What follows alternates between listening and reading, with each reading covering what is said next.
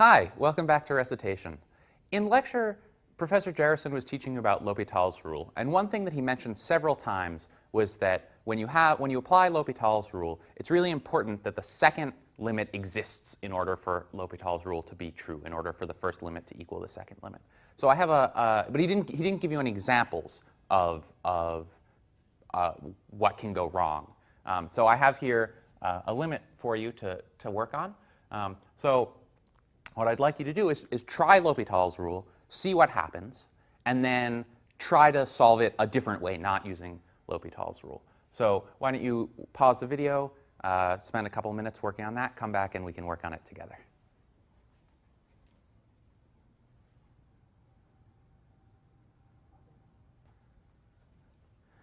Welcome back. Hopefully you had some fun working on this limit. Let's go through it and see what happens when we try to apply L'Hopital's rule to it.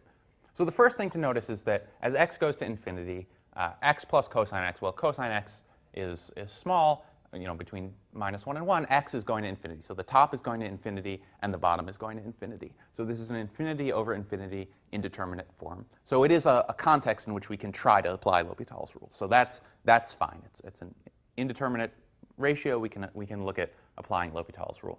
So let's try to do that. So L'Hopital's rule says that the limit as x goes to infinity of our expression x plus cosine x divided by x is equal, and I'm going to put a little question mark here, because what L'Hopital's rule says is that it's equal to what I'm going to write over here, provided that the second limit exists. So what goes over here? Well, it's the limit as x goes to the same place as x goes to infinity of the ratio of the derivatives. So the derivative of the top divided by the derivative of the bottom. So in this case, that's 1 minus sine x is the derivative of the top, and 1 is the derivative of the bottom. OK, now let's look at this limit. What happens? Well, OK, the over 1 part is irrelevant. The 1 minus part, OK, who cares? The only thing that's changing in this limit is the sine x. So as x goes to infinity, what this does is it oscillates just like sine x does. I mean, it's offset and flipped upside down because of this 1 minus. But so in particular, sometimes it's near 1, sometimes it's near -1, sometimes it's near 0, and it oscillates back and forth in between. So in particular, because it's oscillating, it's not approaching any value. So this limit doesn't exist. It's not equal to any real number. It's not equal to infinity. It's not equal to minus infinity. It does not exist. OK, so the statement of L'Hopital's theorem says that this equality is really wrong. Okay? What it means is that L'Hopital's rule tells you nothing. You don't learn anything here. So if we want to compute this first limit, we can't use L'Hopital's rule. We have to come up with some better way to do it. Okay? So that's what's going wrong. Now let's see about doing this even though we don't have this tool. So if we try and solve this limit without L'Hopital's rule, so we want to look at the limit as x goes to infinity of x plus cosine x divided by x. Well, think about what's important in this limit. As x is getting big, well, x is getting big, and x is getting big. And what's cosine x doing? Well, cosine x is behaving like a constant, but wigglier, right? We could say. So cosine x is always between -1 and 1, but it's oscillating, but it's in some bounded interval there. Whereas x and x are both going to infinity at exactly the same speed. So this suggests a manipulation that sort of allows us to quantify that explicitly. And so one thing that we can do is we can divide top and bottom of this limit by x.